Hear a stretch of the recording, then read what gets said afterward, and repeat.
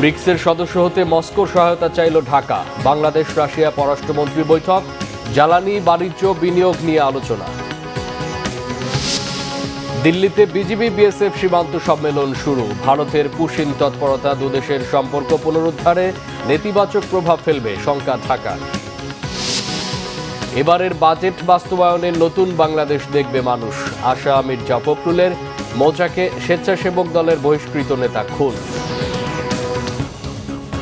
দেখছিলেন crown cement সংবাদ শিরোনাম। এবার বিস্তারিত সংবাদ।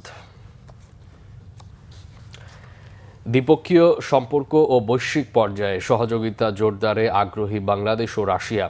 মস্কোতে রাশিয়ার পররাষ্ট্রমন্ত্রী সের্গেই লাভরভের সাথে বাংলাদেশের পররাষ্ট্রমন্ত্রী ও জাতিসংঘ সাধারণ পরিষদের ৮১তম অধিবেশনের সভাপতি ডক্টর খলিলুর রহমানের বৈঠক শেষে যৌথ ব্রিফিংয়ে একথা জানানো হয়েছে। বৈঠকে জ্বালানি বাণিজ্য বিনিয়োগ ও শিক্ষা খাতে সহযোগিতা আরও সম্প্রসারণের প্রতিশ্রুতি পুনর্ব্যক্ত করে দুই দেশ। জাতিসংঘ সাধারণ পরিষদের ৮১তম অধিবেশনের সভাপতি নির্বাচিত হওয়ায় ডক্টর খলিলুর রহমানকে অভিনন্দন জানান সের্গেই লাভরভ এবং তার দায়িত্ব পালনে রাশিয়ার পূর্ণ সমর্থনের আশ্বাস দেন। ১৯৭১ সালে মুক্তিযুদ্ধে তৎকালীন সোভিয়েত ইউনিয়নের সহযোগিতার কথা স্মরণ করে বাংলাদেশের পক্ষ থেকে কৃতজ্ঞতা প্রকাশ করেন ডক্টর খলিলুর রহমান। রূপপুর পারমাণবিক বিদ্যুৎ কেন্দ্রকে দুই দেশের ক্রমবর্ধমান অংশীদারিত্বের প্রতীক হিসেবে উল্লেখ করেন তিনি। যৌথ সংবাদ সম্মেলনে জানানো হয়, জাতিসংঘ সহ বিভিন্ন বহুপক্ষীয় ফোরামে সহযোগিতা বৃদ্ধি এবং অর্থনৈতিক সম্পৃক্ততা আরও জোরদারের সম্ভাবনা নিয়েও আলোচনা হয়েছে দুই পক্ষের মধ্যে।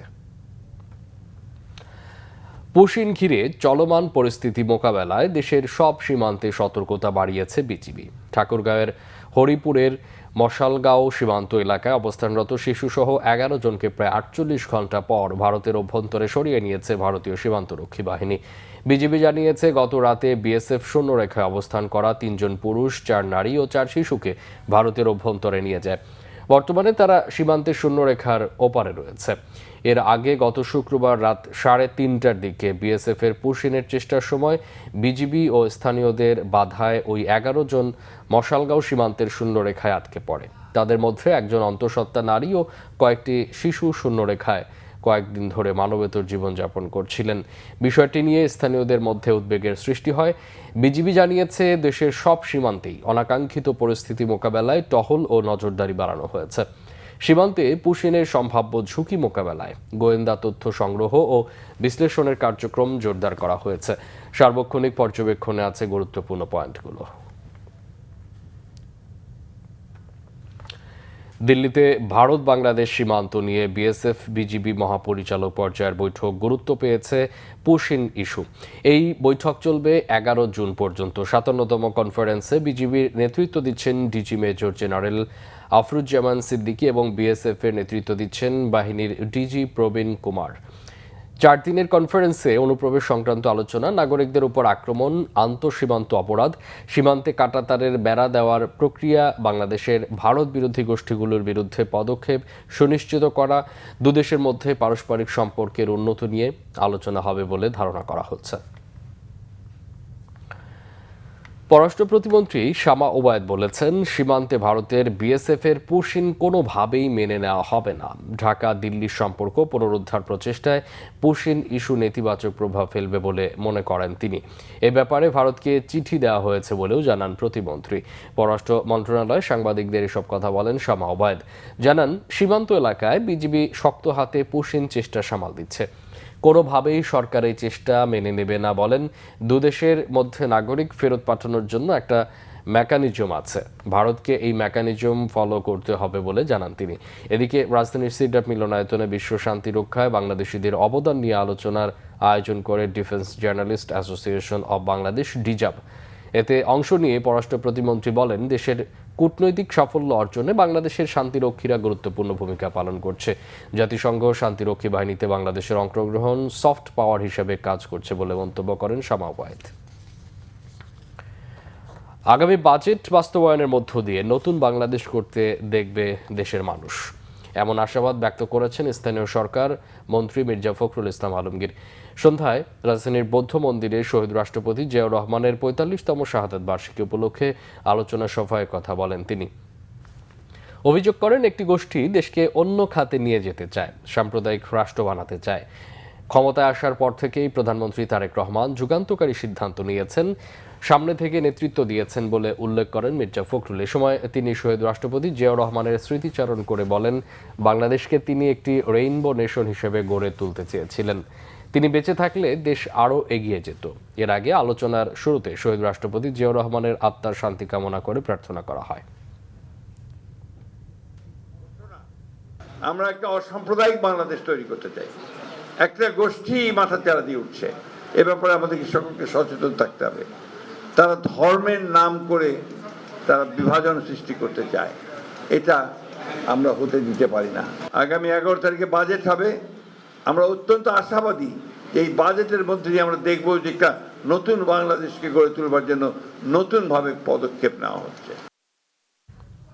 জাতীয় সংসদের হুইপ অ্যাডভোকেট রুহুল কুদ্দুস তালুকদার দুলু বলেছেন, শহীদ জিয়ার রাজনৈতিক দর্শন এবং আদর্শই বিএনপিকে বারবার রাষ্ট্রীয় ক্ষমতায় ফিরিয়ে এনেছে। শহীদ রাষ্ট্রপতি জিয়াউর রহমানের ৪৫তম শাহাদাত বার্ষিকী উপলক্ষে সকালে জাতীয় প্রেস ক্লাবে বাংলাদেশ গণতান্ত্রিক সাংস্কৃতিক জোট আয়োজিত আলোচনায় তিনি সব কথা বলেন। দুলু বলেন, বাংলাদেশ যখনই সংকট ও অনিশ্চয়তায় পড়েছে তখনই বিএনপি জনগণকে ঐক্যবদ্ধ করে তা মোকাবেলা করেছে। তিনি বলেন, যতদিন বাংলাদেশ থাকবে ততদিন মানুষ জিয়া পরিবারের অবদান স্মরণ করবে। দীর্ঘদিন পর একটি গণতান্ত্রিক সরকার জনগণের কল্যাণে সুষম বাজেট উপস্থাপন করতে যাচ্ছে জানিয়ে দুলু বলেন, তারেক রহমানের দীর্ঘ রাজনৈতিক অভিজ্ঞতা ও নেতৃত্বের প্রতিফলন ঘটবে এই বাজেটে। অন্তর্বর্তী সরকারের সময় থেকে নির্বাচনের পর আইনশৃঙ্খলা পরিস্থিতি অনেক ভালো হয়েছে বলে দাবি করেছেন স্বরাষ্ট্রমন্ত্রী সালাউদ্দিন আহমদ। রামিসা হত্যাকাণ্ডে দ্রুত ডিএনএ টেস্ট ও ময়নাতদন্ত সম্পন্ন করে চার্জশিট প্রদানে পুলিশের ভূমিকার প্রশংসা করেন তিনি। এই মামলায় সংশ্লিষ্ট 9 পুলিশ সদস্যকে পুরস্কৃত করা হয়েছে। এদিকে টিআইবির রিপোর্ট পত্রিকার সংবাদের উপর ভিত্তি করে হয় উল্লেখ করে এ নিয়ে কোনো মন্তব্য করেননি স্বরাষ্ট্রমন্ত্রী। রিপোর্ট সৈয়দ আব্দুল মুহিতের। মিরপুরে শিশু রামিসাকে ধর্ষণ ও হত্যা মামলায় দ্রুত ডিএনএ টেস্ট ও ময়না তদন্ত সম্পন্ন করে চার্জশিট দেয়ায় মাত্র 6 কার্যদিবসে এ মামলার রায় হয়েছে। এ ঘটনায় 9 জন সহ দৌলতদিয়া ফেরিঘাটে অন্তত 50 জন বাস যাত্রীর প্রাণ রক্ষায় 3 জন এবং মুন্সিগঞ্জের গজারিয়া কিশোরী হত্যার ক্লুলেস মামলার দ্রুততম রহস্য উদ্ঘাটনে আরও 3 জন পুলিশ সদস্যের হাতে পুরস্কার তুলে দেন স্বরাষ্ট্রমন্ত্রী সালাউদ্দিন আহমদ। প্রত্যেককে 20,000 টাকা ও সনদ দেওয়ার পাশাপাশি নৌ পুলিশের 3 জনকে দেয়া হয় আইজি ব্যাচ। এই পুলিশ বাহিনীকে মোরালি নৈতিকভাবে আমরা আরও বেশি বুস্ট আপ করতে চাই, যাতে তারা আইনানুগভাবে আইনের শাসন প্রতিষ্ঠার জন্য তাদের উপর অর্পিত দায়িত্ব পালন করে। সচিবালয়ে এই অনুষ্ঠানে স্বরাষ্ট্রমন্ত্রী জানান, সরকার পুলিশকে জনগণের বাহিনীতে পরিণত করতে সক্ষম হয়েছে। 2025 সালের তুলনায় অপরাধের চিত্র আমাদের সময়ে অনেক বেশি আমরা উন্নতি লাভ করেছি, অনেক অপরাধ কম প্রত্যেকটা ক্যাটাগরিতে। যদি মাসিক হিসাব করি 2025 সাল বা 2024 সালের সাথে তো তুলনাই চলে না। ভাবমূর্তি কোথায় আপনারাই তো বিচার করবেন, জনগণই বিচার করবে। আমরা এই পুলিশ বাহিনীকে জনবান্ধব পুলিশ বাহিনীতে রূপান্তর ঘটাতে পেরেছি বলে আমার মনে হয়। সরকারের 100 দিন নিয়ে টিআইবির প্রতিবেদন প্রসঙ্গেও কথা বলেন তিনি। টিআইবি প্রকৃত ঘটনা জাজ করে তারপরে কোনো স্টেটমেন্ট দেয় না। আমাদের সামনে যেটা আছে সেটা হলো পুলিশের অপরাধ চিত্র, এবং সেই অপরাধ চিত্রটা জেলা থেকে আমরা কালেকশন করি, এটা আমাদের রুটিন ওয়ার্ক, এবং সেটা প্রকৃত তথ্য। তো টিআইবি রিপোর্টটা তো শুধু পেপার কাটিংয়ের উপরে হয়ে থাকে, তো সেই বিষয়ে আমি কোনো মন্তব্য করতে চাই না। ভালো কাজের জন্য পুলিশ সদস্যদের পুরস্কৃত করার উদ্যোগ সারা দেশে নেওয়া হবে বলেও জানান স্বরাষ্ট্রমন্ত্রী। সৈয়দ আব্দুল মুহিত, বাংলাভিশন, ঢাকা। বললাম আপনারাই অপপ্রচার ও গুজব প্রতিরোধে সাইবার সুরক্ষা আইন সংশোধন করা হবে বলে জানিয়েছেন স্বরাষ্ট্রমন্ত্রী সালাউদ্দিন আহমদ। সংসদের বাজেট অধিবেশনের দ্বিতীয় দিনের আলোচনায় 71 বিধিতে এক সংসদ সদস্যের নোটিশের জবাবে তিনি সব কথা জানান। স্বরাষ্ট্রমন্ত্রী সংসদকে জানান, মাদক জুয়া, অনলাইন জুয়া বন্ধেও সরকার শক্তিশালী আইনি কাঠামো করতে কাজ করছে। সাইবার স্পেসে গুজব, অপতথ্যের ক্রমবর্ধমান বিস্তার, কৃত্রিম বুদ্ধিমত্তা অর্থাৎ আর্টিফিশিয়াল ইন্টেলিজেন্স ব্যবহার করে বিভ্রান্তিকর, অপমানকর, বিরক্তিকর ও মানহানিকর কন্টেন্ট তৈরি এবং প্রচারের প্রবণতা, সামাজিক যোগাযোগ মাধ্যমে ক্ষতিকর কন্টেন্ট দ্রুত অপসারণের প্রয়োজনীয়তা এবং আন্তর্জাতিক প্রযুক্তি ফর্মসমূহের সাথে অধিকতর কার্যকর সমন্বয়ের জন্য সাইবার সুরক্ষা আইনের একটা সংশোধনী আনতে হবে। সেটা সাইবার সুরক্ষা আইন 2026 নামে আমরা অবহিত করব। এর কতিপয় বিধান সংশোধন আমরা করব। তার মধ্যে এই যে গুজব, অপতথ্য, মানহানি, এরগুলো নতুন করে সংজ্ঞায়িত করা হবে। এছাড়া সাইবার স্পেসে এরূপ কন্টেন্টের প্রচার প্রতিরোধের জন্য একটা নতুন ধারার শাস্তির বিধান এখানে আনা হবে। আবার আন্তর্জাতিক প্রযুক্তি প্ল্যাটফর্ম সমূহের সাথে কার্যকর সমন্বয় এবং সময়সীমা ভিত্তিক কন্টেন্ট অপসারণ ব্যবস্থা নিশ্চিত করার জন্য আর একটা নতুন বিধি সংযোজন করা হবে। মৌচাকে বিল্লাল হোসেন তালুকদার নামে স্বেচ্ছাসেবক দলের এক নেতাকে ছুরিকাঘাত করে হত্যা করা হয়েছে। রাতে মৌচাকের আনারকলি মার্কেটের সামনে তাকে ছুরিকাঘাত করা হয়। তাকে উদ্ধার করে ঢাকা মেডিকেল কলেজ হাসপাতালে নিয়ে গেলে চিকিৎসক মৃত ঘোষণা করেন। বিল্লাল হোসেন তালুকদার রমনা থানা স্বেচ্ছাসেবক দলের সাবেক আহ্বায়ক। খবর পেয়ে হাসপাতালে ছুটে আসেন তার স্বজনরা। গত বছরের সেপ্টেম্বরে মালিবাগে সোহাগ পরিবহনের কার্যালয় ও মালিকের বাসা ভাঙচুরের ঘটনায় বিল্লাল হোসেনের নাম আলোচনায় আসে। পরিবহনের মালিক মোহাম্মদ ফারুক তালুকদারের অভিযোগ ছিল বিল্লাল হোসেনের নেতৃত্বে হামলাটি চালানো হয়। এ ঘটনায় বিল্লালকে স্বেচ্ছাসেবক দলের প্রাথমিক সদস্য পদ থেকে আজীবনের জন্য বহিষ্কার করা হয়। দ্রুত সময়ের মধ্যে রামিসা হত্যা মামলার রায় বিচার বিভাগের জন্য দৃষ্টান্ত হয়ে থাকবে। তবে তনু আসিয়া ধর্ষণ ও হত্যা মামলায় রায় কার্যকরে বিলম্বে সিনিয়র আইনজীবীরা হতাশা প্রকাশ করেছেন। এজন্য রাজনৈতিক হস্তক্ষেপ মামলা, জট এবং বিচারক সংকটের কথা উল্লেখ করেছেন তারা। একই সাথে স্পর্শকাতর মামলাগুলো রায় কার্যকরে নিম্ন আদালত থেকে সরাসরি আপিল বিভাগে পাঠানোর পক্ষে মত দিয়েছেন। বিস্তারিত দেখুন রিপোর্টে। হত্যা, ধর্ষণ সহ নানা ধরনের অপরাধের ঘটনার মধ্যে সবকিছু ছাপিয়ে শিশু রামিসা ধর্ষণ পরবর্তী হত্যা নাড়িয়ে দেয় পুরো দেশকে। স্পর্শকাতর এই ঘটনার দ্রুত বিচারের জোর দাবি ওঠে সর্বমহলে। শোকগ্রস্ত বাবা মাকে সান্ত্বনা দিতে রামিসাদের বাসায় যান প্রধানমন্ত্রীও। অবশেষে মাত্র 6 কর্মদিবসে কাঙ্ক্ষিত রায় আসে রামিসা হত্যাকাণ্ডের। রায়ে শিশু রামিসা ধর্ষণ ও হত্যায় প্রধান আসামি সোহেল রানা ও তার স্ত্রী স্বপ্না আক্তারকে মৃত্যুদণ্ড দেয় আদালত। হাইকোর্টের সিনিয়র আইনজীবীরা এই রায়কে দেশের বিচার বিভাগের জন্য ইতিবাচক হিসেবেই দেখছেন। একই সাথে সরকারের প্রতি মানুষের প্রত্যাশা বাড়বে বলে মনে করেন তারা। সরকার মানুষের মধ্যে হোপ জাগালো, এখানে হোপটা কন্টিনিউ করতে পারবে কিনা। যদি পারে সরকার প্রেইজওয়ার্থি হবে, প্রশংসনীয় হবে। আর যদি এই হোপটা ভবিষ্যতে জাগিয়ে রাখতে না পারে তাহলে ক্রিটিসিজমের মুখে পড়বে, সমালোচনার মুখে পড়বে। তো সরকারের দায়িত্ব আরও বেড়ে গেল। রাষ্ট্রের পক্ষে যা যা করণীয় সম্ভব রাষ্ট্র সবই করেছে। পাশাপাশি রাষ্ট্রের যে 3টা অঙ্গের একটা অঙ্গ যে বিচার বিভাগও এবার দৃষ্টান্তমূলক উদাহরণ সৃষ্টি করেছে। এর আগেও তনু আসিয়া সহ অসংখ্য চাঞ্চল্যকর হত্যা মামলার রায় হলেও তা বাস্তবায়ন নিয়ে হতাশা প্রকাশ করেন আইনজ্ঞরা। বলেন, স্পর্শকাতর এসব মামলার জন্য বিচারিক ধাপ কমিয়ে দ্রুত রায় বাস্তবায়নে প্রয়োজন আইনের সংশোধন। এই ধরনের স্পর্শকাতর বা সেন্সিটিভ ইস্যুগুলোতে আমার মনে হয় আমার সময় চলে আসছে আইন সংশোধন করে নিচের আদালতে দরকার হলে 2 জন বিচারকে বিচার শেষ করবে। এরপরে হাইকোর্টের দরকার নেই, সরাসরি অ্যাপেলেট ডিভিশন। এখন আপিল বিভাগে মাত্র বিচারক সংখ্যা 5 জন, মামলা তো হাজার হাজার। আমি স্ট্যাটিস্টিক্স দিয়ে দেখিয়েছিলাম একজন মাননীয় বিচারপতির কাছে 6440টা মামলা পড়ে। নিয়ম অনুযায়ী, সিস্টেম অনুযায়ী সাল ওয়াইজ যদি মামলা শুনানি করেন তাহলে সপ্তাহে 24 ঘন্টা কাজ করলেও প্রতিদিন কারো পক্ষেই এটা নিষ্পত্তি করা সম্ভব না। রামিসা ধর্ষণ ও হত্যা মামলার রায় হাইকোর্ট ও আপিল বিভাগেও বহাল থাকবে এবং রায় দ্রুত কার্যকর হবে বলে আশা এই 2 সিনিয়র আইনজীবীর। সেন্সিটিভিটির জন্যই কিন্তু এত দ্রুত এটা শেষ হয়েছে। মামুন আব্দুল্লাহ, বাংলা ভিশন, ঢাকা। ব্যবসার পরিবেশ ঠিক না করে বিনিয়োগ বাড়ানোর আশাকে অমূলক বলছেন অর্থনীতিবিদরা। বাজেটে খাতোয়ারি বিন্যাস বিনিয়োগের পথ সুগম করবে বলে অভিমত জানিয়ে দেশি বিদেশি বিনিয়োগ বাড়াতে রাজনৈতিক স্থিতিশীলতার তাগিদ অর্থনীতিবিদদের। বিস্তারিত দেখুন রিপোর্টে। জ্বালানি সংকট এবং দুর্বল ব্যাংকিং খাত নিয়ে এমনিতেই দেশের অর্থনৈতিক অবস্থা টালমাটাল। এরই মধ্যে চোখ রাঙাচ্ছে মূল্যস্ফীতির হার।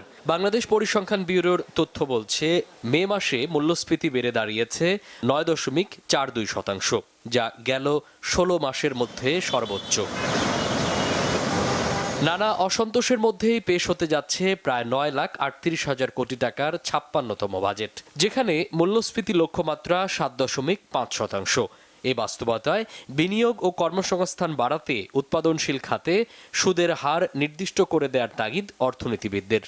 ব্যক্তি খাতের বিনিয়োগ এখন যেহেতু সর্বনিম্ন পর্যায়ে আছে, এখান থেকে ঘুরে দাঁড়াতে হলে সরকারকে প্রধান যে 3টি জায়গায় দেখতে হবে, তার মধ্যে একটি হলো জ্বালানি নিরাপত্তা, 2 হলো যে ব্যবসা তৈরি করার ক্ষেত্রে যে অবকাঠামোগুলো আছে সেই অন্যান্য অবকাঠামোগুলো দেওয়া, লজিস্টিক্স, পোর্ট, রাস্তাঘাট এইটা, আর 3 হলো আইন শৃঙ্খলা পরিস্থিতি সহ সার্বিকভাবে আমাদের যেই স্থিতিশীলতা আছে সেইটাকে আনা। বাংলাদেশে উচ্চ মূল্যস্ফীতি বিরাজমান। উচ্চ মূল্যস্ফীতি থাকলে বিনিয়োগকারীদের উৎপাদন খরচ বেড়ে যায়, কাঁচামাল ক্রয় বেড়ে যায়, সুতরাং তারা কম্পিটিশন মার্কেটে পরে টিকে থাকতে পারে না। একটা বিনিয়োগকারী দেখতে চাই 10 বছরের ভিতরে আমদানি বিষয়ক যে কাঠামো রয়েছে সেটা পরিবর্তন না হয় এবং 10 বছরের ভিতরে যেন আপনার স্থিতিশীলতা থেকে অস্থিতিশীলতা না যায়। দেশি বিদেশি বিনিয়োগকারীদের বিনিয়োগ থেকে মুখ ফেরানোর জন্য নীতি সহায়তা ও এর বাস্তবায়নকেই দুষছেন অর্থনীতিবিদরা। বলছেন, খরচ বেড়েছে ব্যবসা পরিচালনে, যেখানে খরচ বাড়লে নতুন বিনিয়োগের আশায় গুড়ে বালি, কর্মসংস্থানের অবস্থা হবে আরও খারাপ।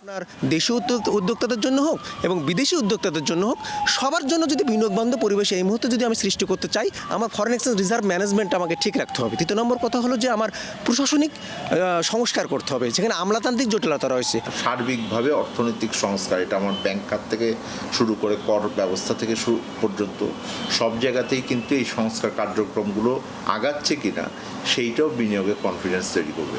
বিদেশি বিনিয়োগ বাড়াতে হলে সবার আগে লাল ফিতার দৌরাত্ম্য কমানোর তাগিদ অর্থনীতিবিদদের। অর্থনীতির চাকা সচল রাখতে এবার প্রস্তাবিত নতুন বাজেটে বিনিয়োগ বাড়ানোর উপর বেশ গুরুত্ব দেওয়া হয়েছে। কর কাঠামো সহজ করা এবং ব্যবসার ব্যয় কমানোর মতো পদক্ষেপ নতুন কর্মসংস্থান ও উৎপাদনে কতটা ভূমিকা রাখতে পারে সেদিকে নজর রাখছে বিনিয়োগকারী এবং অর্থনীতিবিদরা। মামুন আবদুল্লাহ, বাংলা ভিশন, ঢাকা। বাংলাদেশের অর্থনৈতিক ও সামাজিক অগ্রগতিতে কর্পোরেট নেতৃত্ব ও পরিচালনা পর্ষদে নারীদের আরও বৃহত্তর প্রতিনিধিত্ব নিশ্চিতের আহ্বান জানিয়েছেন বিএনপির স্থায়ী কমিটির সদস্য ডক্টর আব্দুল মঈন খান। সোমবার রাজধানীর একটি হোটেলে institute of chartered accounts of Bangladesh ICAB আয়োজিত women in leadership and governance সম্মেলনে এই আহ্বান জানান তিনি। বাংলাদেশের অর্থনৈতিক ও সামাজিক অগ্রগতিতে নারীদের গুরুত্বপূর্ণ অবদান রয়েছে বলে জানান।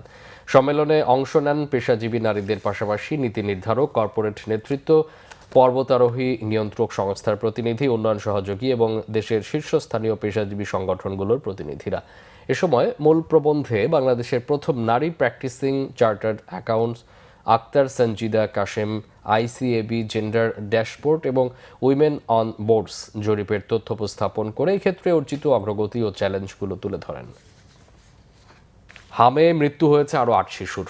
নতুন করে আক্রান্ত আরও 1185 শিশু। বিশেষজ্ঞরা বলছেন, নতুন করে আক্রান্তের সংখ্যা তুলনামূলক কমে আসছে, তবে শিগগিরই আরও কমবে বলে জানান তারা। পুরনো রোগীদের মধ্যে জটিলতা বা মৃত্যুর ঘটনা বেশি। রাজধানীর হাসপাতালগুলোর হাম ওয়ার্ডে কমছে ভর্তি রোগীর সংখ্যা, চাপ কমেছে ICUতেও। রিপোর্ট নাবিল জাহাঙ্গীরের। বাংলাদেশ শিশু হাসপাতাল হামের প্রাদুর্ভাবে হাসপাতালটির বিশেষায়িত হাম ওয়ার্ডে শয্যা সংকট দেখা দিলেও সেই চিত্র এখন বদলাতে শুরু করেছে। ভর্তি রোগীর সংখ্যা নেমে এসেছে 100 ঘরে, চাপ কমেছে ICUতেও।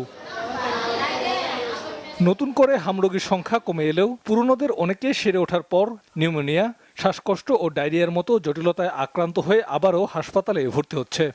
প্রথমে জ্বর ছিল, জ্বর থেকে পেটের সমস্যা, তারপর র্যাশ দেখা গেছে মুখের মধ্যে, আর খাওয়া দাওয়া বন্ধ ছিল। মূলত ডায়রিয়া নিয়ে আসছিলাম আমি এখানে।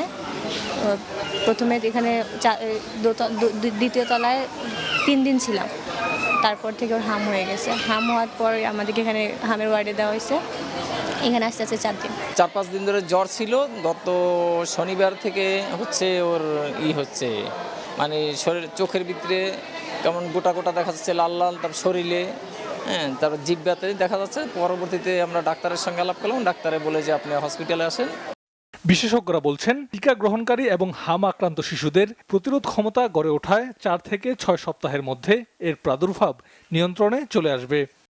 নতুন আক্রান্তের হার খুবই কম, নাই বললে চলে। তবে আগে তো বাল্ক চিলড্রেন এফেক্ট হয়েছে, ওদের থেকে একটা অংশ কিন্তু কমপ্লিকেশন ডেভেলপ করতেছে। সেই কমপ্লিকেটেড মিজলস বা জটিলতা নিয়ে কিন্তু আসতেছে, ঢাকার বাইরে থেকেও আসতেছে। যেটা তো মেইনলি হলো নিউমোনিয়া। এই নিউমোনিয়ার কিছু রুগী পাচ্ছি, তবে আগের মতো অত বেশি না। তো সেই রুগীগুলো আসতেছে, নতুন আক্রান্ত না, এগুলা এখান থেকে বের হয়ে গেছে, অথবা আগে হাম হয়েছিল, তাদের জটিলতা নিয়ে আবার আসতেছে। কারণ ওরা 4 থেকে 6 সপ্তাহ পর্যন্ত কিন্তু হাম হওয়ার পরেও তার রোগ প্রতিরোধ ক্ষমতা কম থাকে। হাম পরবর্তী নানা জটিলতা এড়াতে সেরে ওঠার পর শিশুর বিশেষ যত্ন নেওয়ার পরামর্শ স্বাস্থ্য বিশেষজ্ঞদের। নাবিল জাহাঙ্গীর, বাংলা ভিশন, ঢাকা। সংবাদ শেষ করব ক্রাউন সিমেন্ট শিরোনামগুলো আরেকবার জানিয়ে। ব্রিক্সের সদস্য হতে মস্কো সহায়তা চাইল ঢাকা। বাংলাদেশ রাশিয়া পররাষ্ট্রমন্ত্রী বৈঠক, জ্বালানি বাণিজ্য বিনিয়োগ নিয়ে আলোচনা। দিল্লিতে বিজিবি বিএসএফ সীমান্ত সম্মেলন শুরু। ভারতের পুশিন তৎপরতা দুদেশের সম্পর্ক পুনরুদ্ধারে নেতিবাচক প্রভাব ফেলবে শঙ্কা ঢাকার। এবারের বাজেট বাস্তবায়নে নতুন বাংলাদেশ দেখবে মানুষ, আশা মির্জা ফখরুলের। মৌচাকে স্বেচ্ছাসেবক দলের বহিষ্কৃত নেতা খুন। এই ছিল এখনকার মতো। পরে সংবাদ সকাল 10টায়, এর আগে 9টায় রয়েছে নিউজ টপ 10 দেখার আমন্ত্রণ রইল। এতক্ষণ সাথে থাকায় অসংখ্য